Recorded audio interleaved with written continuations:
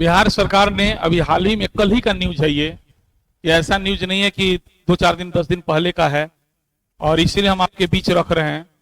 प्रेषक हैं हमारे के पाठक साहब, जो अभी अपर मुख्य सचिव हैं शिक्षा विभाग बिहार के। उन्होंने ही जो है सेवा में सभी जिलाधिकारी बिहार के जितने भी जिलाधिकारी डीएम साहब हैं, उनको ये लेटर भेजा गया है 31/7/2023, यानी कल का ये है। आपके जिले में कोचिंग संस्थानों की गतिविधियों के संबंध में क्लियर। महाशय, आप अवगत हैं कि राज्य में बिहार कोचिंग इंस्टीट्यूशन एक्ट 2020 से पहले से प्रख्यापित है, माने लागू है, किंतु इस अधिनियम के तहत कभी कोई कारगर कदम नहीं उठाया गया है।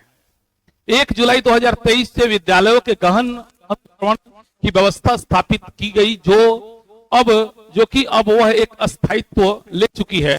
इस प्रणाली के तहत अब प्रतिदिन 25,000 से अधिक विद्यालयों को अनुश्रवण हो रहा है, और हस्ताक्षरी स्वयं भी सप्ताह में एक बार निरीक्षण हेतु निकलते हैं, माने जो साइन किए हैं बेचारे के पाठक साहब, वो भी निकलते हैं, वो भी देख रहे हैं। इस गहन अनुश्रवण संस्थानों के संबंध में निम्नलिखित बातें पता चलती है। उन्होंने जो जांच किया है उसे क्या पता, कोचिंग के बारे में क्या पता चला। सभी कोचिंग संस्थानों की कक्षाओं का समय वही होता है जो हमारे विद्यालयों का है, माने स्कूल टाइम में लोग कोचिंग पढ़ा रहा है। हमारे विद्यालय सुबह 9 बजे से खुलकर संध्या 4 बजे तक चलते हैं। इसी अवधि में कोचिंग संस्थान भी चलते रहते हैं। इससे हमारे मतलब छात्र चाहे वह किसी भी कक्षा के हों, कोचिंग संस्थानों में जाने के फलस्वरूप विद्यालय में उपस्थित कम रहते हैं। यह बात कक्षा 9 से 12 तक के छात्रों पर विशेष रूप से लागू है। ऐसी जानकारी मिली है कि कोचिंग संस्थानों में सरकारी शिक्षक भी विद्यालय के समय के दौरान ही जाकर कोचिंग संस्थान में पढ़ा रहे हैं, माने स्कूल में भी पढ़ा रहे हैं, कोचिंग में भी पढ़ा रहे हैं। यह भी सूचना है कि कुछ कोचिंग संस्थानों के संचालन में भी हमारे सरकारी विद्यालयों के शिक्षक की भी प्रत्यक्ष या डायरेक्ट या इनडायरेक्ट भूमिका है ना, मतलब कोचिंग खुलवा लिए हैं, टीचर रख के पढ़वा रहे हैं, इस तरह का। उपरोक्त बातों को ध्यान में रखते हुए आपसे अनुरोध है कि विद्यालय अनुश्रवण व्यवस्था के अस्थायित्व के साथ साथ कक्षाओं में छात्रों की उपस्थिति पर भी अब जोर लगाना होगा, विशेषकर कक्षा 9 से 12वीं तक के छात्रों के लिए। बिहार विद्यालय परीक्षा समिति द्वारा इस आशय का एक नीतिगत निर्णय लिया गया है और सूचना भी प्रकाशित की गई है।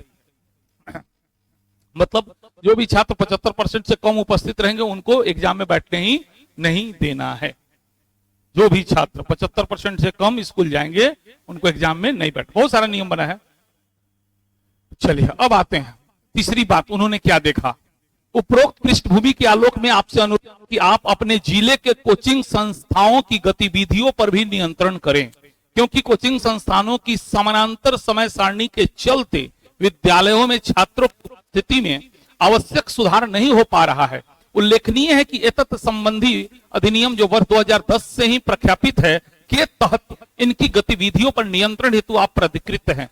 इस संबंध में एक नियमावली भी विभाग द्वारा शीघ्र ही प्रख्यापित की जाएगी, जिसमें कोचिंग संस्थानों के विरुद्ध कार्रवाई करने के लिए अथवा उन्हें दंडित करने के लिए अथवा इनका निबंधन रद्द करने के लिए आपको प्राधिकृत किया जाएगा। और चौथी बात उन्होंने क्या देखा, जब तक नियमावली प्रख्यापित नहीं होती है से अनुरोध है कि आप कोचिंग संस्थानों पर निम्न प्रकार से चरणवार कार्रवाई प्रारंभ कर दे, स्टेप वाइज। क्या प्रारंभ कर दे? सबसे पहले प्रथम चरण में यही करना है कि 1 अगस्त 2023 यानी आज से 7 2023 तक अभियान के तौर पर आप अपने जिले के सभी कोचिंग संस्थान, देखिए कितना खतरनाक, चाहे वह किसी कक्षा का हो अथवा प्रतियोगी परीक्षा का हो, चाहे बीपीएससी हो या, इसीलिए क्लियर है। बहुत से कंपटीशन वाले टीचर इसको पूरा पढ़े नहीं है, पर बाऊ तो 12वां के लानू 11वां वाला है, ऐसा कुछ नहीं है। सारे कोचिंग संस्थानों पर यह नियम लागू है।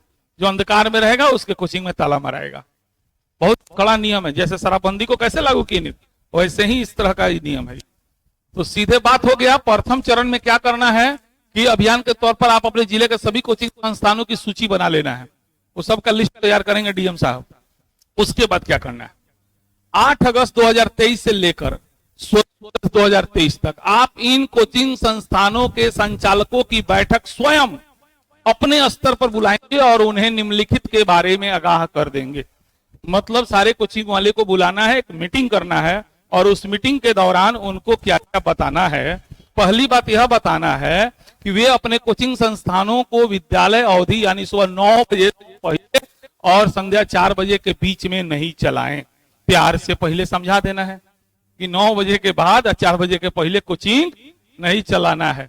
वे विद्यालय अवधि के पहले या बाद में अपनी कक्षाएं चलाने के लिए पूर्ण रूप से स्वतंत्र होंगे। 9 बजे के पहले आप चलाना है चलाइए, 4 बजे के बाद चलाइए।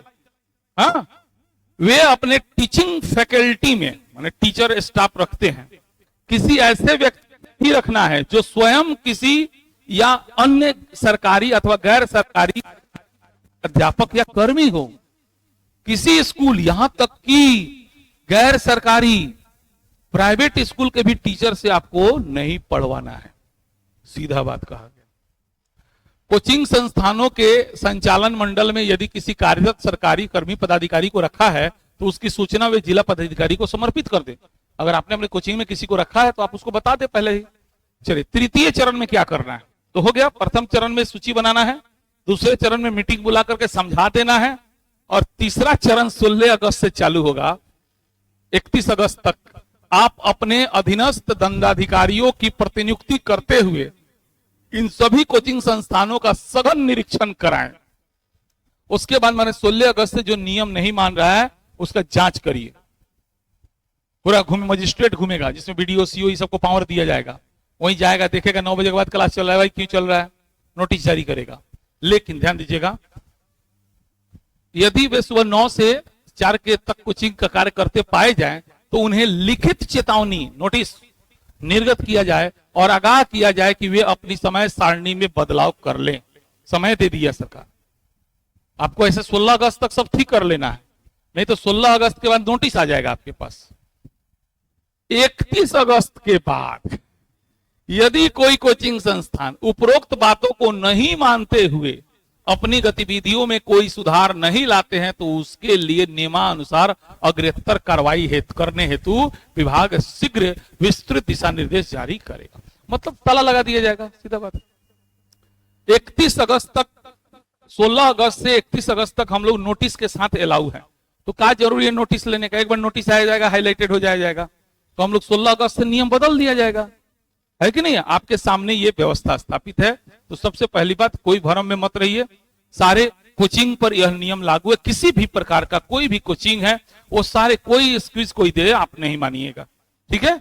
अब करना क्या है हम लोग को?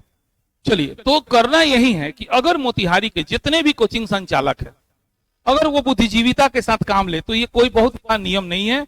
ये नियम हम लोग के सुविधा के लिए बढ़िया ही है। आप मान लिया कि आप 7 बजे से लेकर के 11 बजे तक बैच चलाते हैं तो आपको कुछ नहीं करना है। इसको तो 9 बजे तक ही ये फिक्स हो गया, आप इसको 5 कर दीजिए। बात समझ रहे हैं ना मेरा?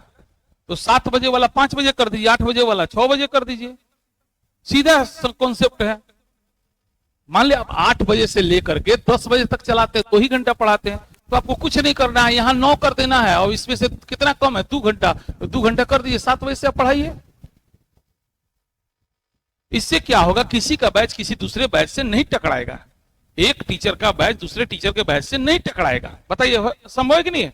क्योंकि कुछ नहीं करना है आपको। मान लिया कि आप ऑलरेडी जा रहे हैं, 8 बजे से पढ़ते हैं, 9 बजे से 8 बजे से पढ़ रहे हैं, तो 8 बजे से 7 बजे हो जाएगा, आपका 9 बजे वाला 8 बजे हो जाएगा, बात वही रह जाएगा। बस समझ रहे हैं ना? तो इस तरह से जो टीचर लोग सहयोग करें उनका आप सहयोग कीजिए और उनको भी आप समझाइए। अगर उल्टा पुल्टा, अब पूरा उलट फेर कर देंगे कि नहीं अब 8 बजे बैच को करते हैं ना, 8 बजे तुम लोग रहो, तुम लोग 8 बजे रहो, दूसरे को हम सवेरे 7 बजे नया बैच खोल लेते हैं, ये कर लेते हैं वो कर लेते हैं, इससे बहुत सारा उलट फेर करेगा लोग। तो वैसे टीचर का बहिष्कार कीजिए। कहीं नहीं सर, पहले से जो रूटीन सेटअप है उसी के हिसाब से काम किया जाए। से आप क्यों नहीं, आपका मान लिया बैच 6 बजे से आप पढ़ाते, चलिए बहुत टीचर 6 बजे से पढ़ाता, आप 4 बजे से पढ़ाइए, पढ़ाइए, पढ़ाना तो पड़ेगा आपको, नहीं तो मैनेज कैसे कीजिए। मान लिया आप 6 बजे से लेकर के 10 बजे तक पढ़ाते हैं, तो इसको तो 9 करना ही है, 10 को तो 9 कर दीजिए, 4 घंटा करिएगा तो 5 से 9 कर दीजिए, आप छोड़िए, 5 से 9 पढ़ाइए, हो गया। कोई दिक्कत नहीं है, गर्मी का दिन है। देखिएगा ठंडा के दिन में सरकार थोड़ा नियम बदलेगा, 10 बजे तक अलाउ कर देगा हम लोग को, तो 6 बजे वाला बैच, 5 बजे वाला बैच 6 बजे हो जाएगा, ठीक है। और बात रही शाम की, तो शाम में जो 4 को बैच पढ़ा था वो सोचे, जो शाम में 4 को पढ़ा रहा है 2 बजे से लेकर 6 बजे ले, तो 4 बजे से 8 बजे ले पढ़ाए।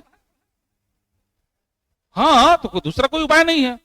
लेकिन सरकार को भी चाहिए कि, सरकार को भी हम एक सुझाव देंगे कि सबसे पहले प्रशासन को चुस्त दुरुस्त करे कि यहाँ के बच्चे रात में अगर पढ़ने निकलते हैं तो उनके साथ कोई हानि ना हो, है कि नहीं है। अगर वो शाम में मान लिया ठीक है अब 4 बजे के बाद ही जाना है, तो बहुत से बैच है जो 2-2, 3-3 घंटे का होता है, 2 बैच चलता है, और मान लिया एक बैच 4 से 7, दूसरा बैच 7 से 10 हो जाएगा, कोई बात नहीं। दिल्ली में चलता है, मेट्रो सिटी में सब जगह चलता है, शाम में रात में क्लास चलता है, 10 बजे 11 बजे तक क्लास चलता है, कोई दिक्कत नहीं है। लेकिन उसके लिए प्रशासन को भी चुस्ती दुरुस्ती के साथ काम करना होगा, और सुरक्षा का गारंटी दे, हम लोग भाई पढ़ने को तैयार हैं, है ना।